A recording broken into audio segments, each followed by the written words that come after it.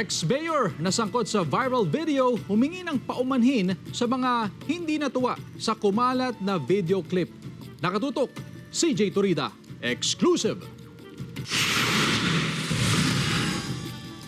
Iginiit ng dating alkalde ng Alagapan, Cagayan na si Harry Florida na walang katotohanan ang mga kwento hinggil sa nag-viral na video sa social media.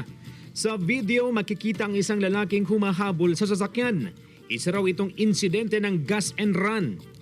Pero wala itong katotohanan ayon sa dating alkalde. Hindi siya nagpakarga ng gas at hindi rin aniya tinakbuhan ang sinasabing gas attendant na makikitang humahabol sa sasakyan. Ang dating alkalde rin daw mismo ang may-ari ng gasolinahan. Ang lalaki sa video, kinilalang si Tyson, Tubong, Pampanga. Kinupkup daw si Tyson ng pamilya ng dating alkalde 3 dekada na ang nakararaan. Napadpad daw si Tyson sa Alagapan matapos maapektuhan sa pagputok ng Mount Pinatubo. Hindi rin daw gas attendant si Tyson.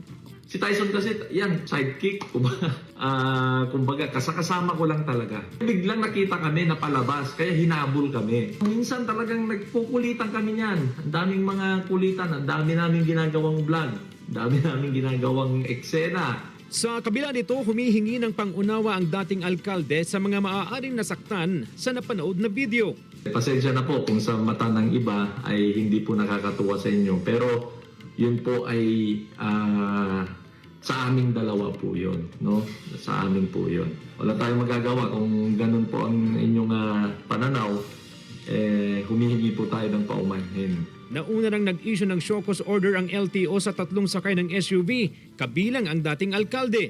Sinuspindi rin ng 90 days ang lisensya ng driver at isinailalim pa sa alarma ang sasakyan habang iniimbestigahan ang insidente. Kung ano man ang parusa sa gagawin ng ating gobyerno sa amin, dahil lang sa maling video na yon ay nasa sa inyo na po yun. No? Nire-respeto namin kung ano man yung magiging pasya namin dahil ako rin po ay naging public servant. Nilinaw rin ng dating alkalde na pinasakay rin nila si Tyson sa sasakyan at kasama rin nilang nagmerienda sa isang kainan malapit sa lugar. CJ Turida, One North, Central Luzon.